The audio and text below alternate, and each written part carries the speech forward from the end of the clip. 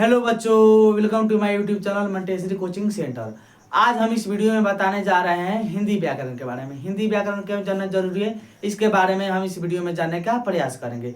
तो सबसे पहले हिंदी व्याकरण के माध्यम से हम क्या कर सकते हैं, किसी चीज़ों को लिख सकते हैं, बोल सकते हैं, पढ़ सकते हैं और समझ सकते हैं। इसके बाद क्या होता है कि किसी चीज़ को पढ़ने के लिए, समझने के लिए, समझाने के लिए सबसे पहले हमको भाषा का ज्ञान होना जरूरी है। जब तक हमको भाषा का ज्ञान नहीं होगा, नहीं हम किसी चीज़ को, बात को समझ सकते हैं, नहीं किसी दूसरे को समझा सकते हैं। जैसे हम एग्जाम्पल में ले लिए, मान लीजिए कोई बाहर से आया, उसको इंग्लिश का ज्ञान है और हमको इंग्लिश का ज्ञान नहीं है, यानी उसको इंग्लिश भाषा का ज्ञान है, हमको इंग्लिश भाषा का ज्ञान नहीं है।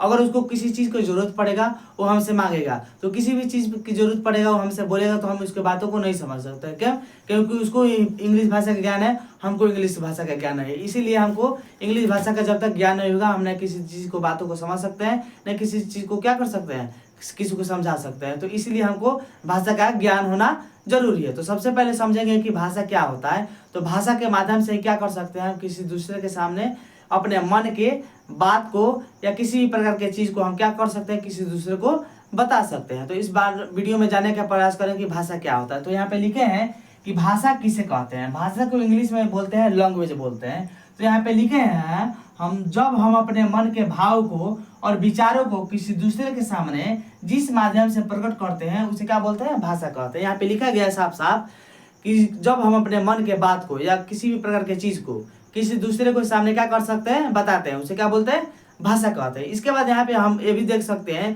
कि हमको बताने का किसी चीज को कई माध्यम हो सकता है। हम किसी चीज को लिखकर बता दें, या बोलकर बता दें, या संकेत के द्वारा, यानी इशारा से बता दें। तो इसमें क्या किया गया है कि भाषा को 3 वर्गों में बांट दिया गया है। तो सबसे पहले यहाँ पे लिखा गया है कि भाषा के कितने प्रकार होता है।